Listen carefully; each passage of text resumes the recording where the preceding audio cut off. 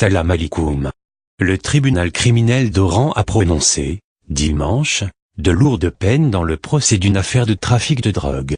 En effet, de condamnations à la perpétuité et 4 autres à 20 ans de prison ferme ont été prononcées par le dit tribunal criminel à l'encontre de cet individu impliqué dans une affaire de trafic de résine de cannabis et de psychotropes en provenance des frontières ouest du pays.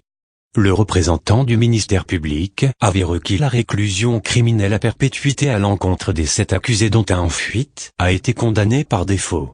Les circonstances de l'affaire, selon l'arrêt de renvoi de la chambre d'accusation, les 7 mis en cause ont été jugés pour détention et revente d'une quantité de 5300 comprimés psychotropes, ecstasy, une autre de 850 comprimés, Rivotril, ainsi que 83 kg de résine de cannabis, dans le cadre d'une bande criminelle organisée. Agissant sur information faisant état de la présence de quantités de résine de cannabis et de comprimés psychotropes à bord d'un véhicule léger se dirigeant vers la wilaya de Tissem Silt, ainsi que vers Sétif et Msila, les services de sécurité ont dressé un barrage au niveau de la localité d'El Kerma.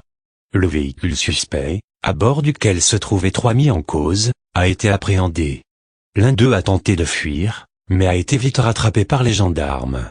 La fouille du véhicule, effectuée avec l'aide d'un taulier, a permis de découvrir une quantité de 83 kg de résine de cannabis, ainsi que 850 comprimés psychotropes, dissimulés dans les portières et le pare-choc du véhicule, ainsi que sous le tableau de bord. L'interrogatoire des 3 suspects a permis la découverte d'une quantité de 5300 comprimés psychotropes de type ecstasy, ainsi qu'une somme de 5,30 millions de dinars, produit de la revente de stupéfiants, caché dans un domicile si à Oran et appartenant à l'un des accusés servant au stockage de la marchandise prohibée introduite du Maroc. L'enquête a également révélé que l'un des accusés était en étroite relation avec des trafiquants de stupéfiants marocains qui fournissaient, à la bande, la résine de cannabis et les comprimés psychotropes.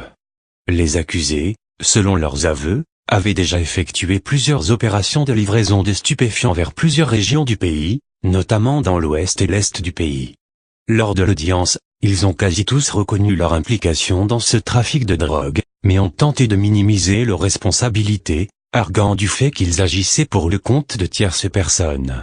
Des tierces personnes qui n'ont jamais été clairement identifiées, comme le fera remarquer la présidente de l'audience.